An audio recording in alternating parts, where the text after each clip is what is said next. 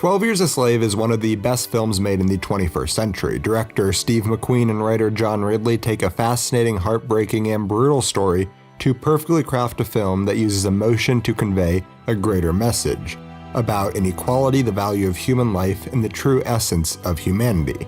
Solomon's journey can be split into 5 distinct parts: his time as a free man before he was sold into slavery, his time when he was being transferred to and at the slave market, his time on the Ford plantation, his time on the Epps plantation, and finally once he is taken out of slavery.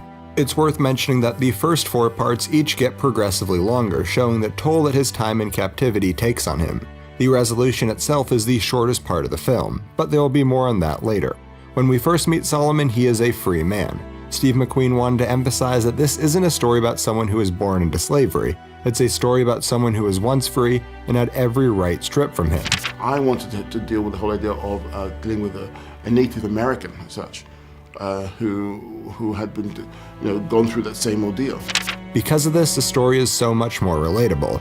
The film's success comes from the audience being able to relate to Solomon's journey. That's why there's such an emphasis put on family, his music, and the life he had before he was taken away. These are the things that humanize him. They make him a real person, not just a character on screen, and when they are taken away, he loses a part of himself.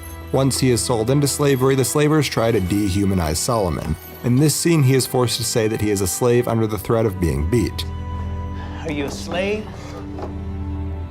No. Later, his clothes from his wife are taken from him, stripping him from his past life. Perhaps most importantly, he has his name taken away from him. Your name is Platt. Everything that he has been taken, but he holds on to his humanity in the hope that he will be able to make it back to his family. This is only the emotional violence in this film. What is even more brutal is the physical violence.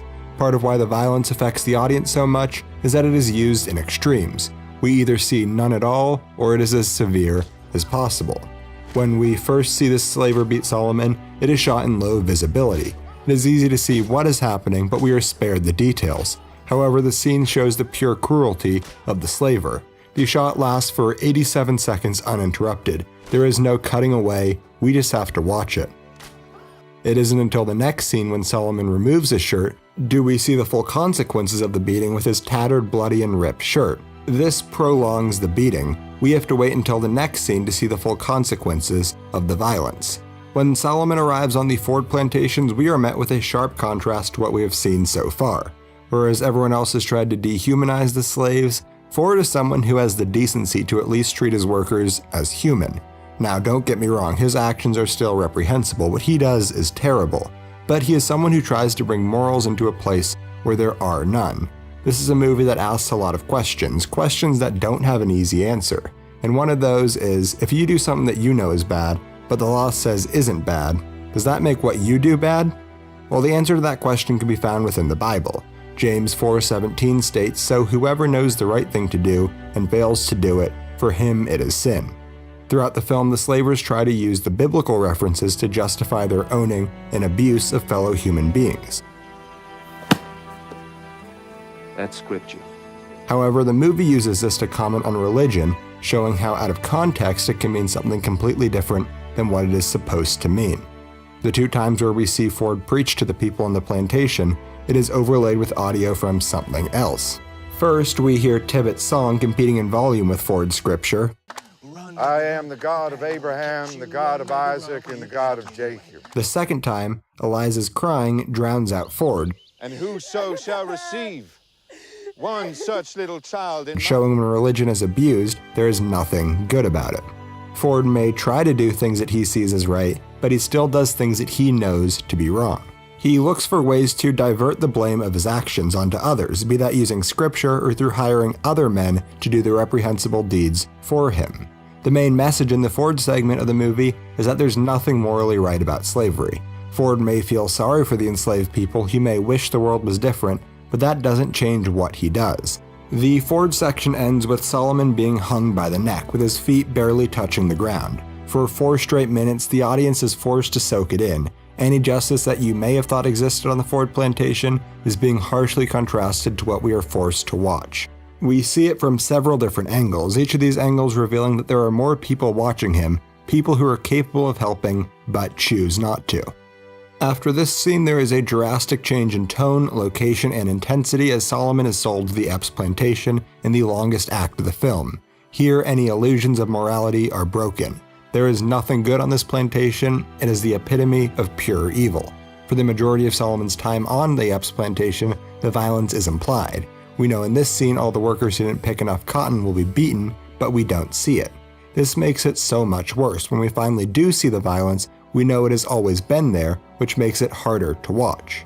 After Solomon returns to the Epps plantation and sees Patsy's eye has been attacked, we don't know why, but it doesn't matter why it happened or who did it, because whoever did it won't be punished for doing it. This is a place with no morals. There is no objective right, and there is no objective wrong. The one thing that humanizes Solomon is his violin. It ties him to the past and gives him the hope for the future that he needs to continue. While he is on the Epps plantation, he has it taken away from him before he breaks it in frustration. The only good thing that happens on the Epps plantation is done through Bass. He is the only person who has the humanity to try and help out Solomon, or anyone else for that matter. It tells us that there can be good in this world, even in the most evil of places. It only takes one person to stand up to the oppression to combat racism and bigotry. However, in 12 years, Solomon only found one good person. After he returns to his family, it doesn't feel like any real resolution. He may be back, but he is only one person. There were hundreds more good people who were left in captivity who he was unable to do anything to help. As I already mentioned, McQueen chose to focus on the wounds of violence more than the actual acts itself. But this film doesn't even touch upon the wounds of slavery itself. The 13th Amendment was ratified December 6, 1865. However, for the rest of the 19th century, all of the 20th century, and up until today, those wounds haven't healed.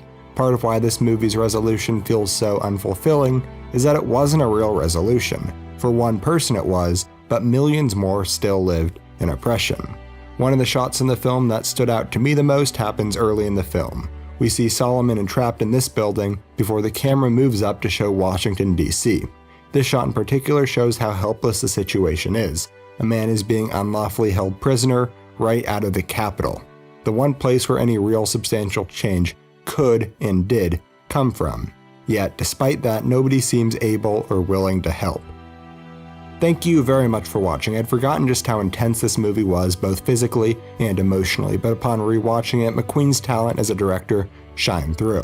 Next week, we'll be taking a look at The Prestige. That video will be out next Saturday and linked on the right of the screen. On the left is my last video where we looked at Collateral. Be sure to check that video out if you haven't seen it yet, and I will see you next week. Thanks for watching.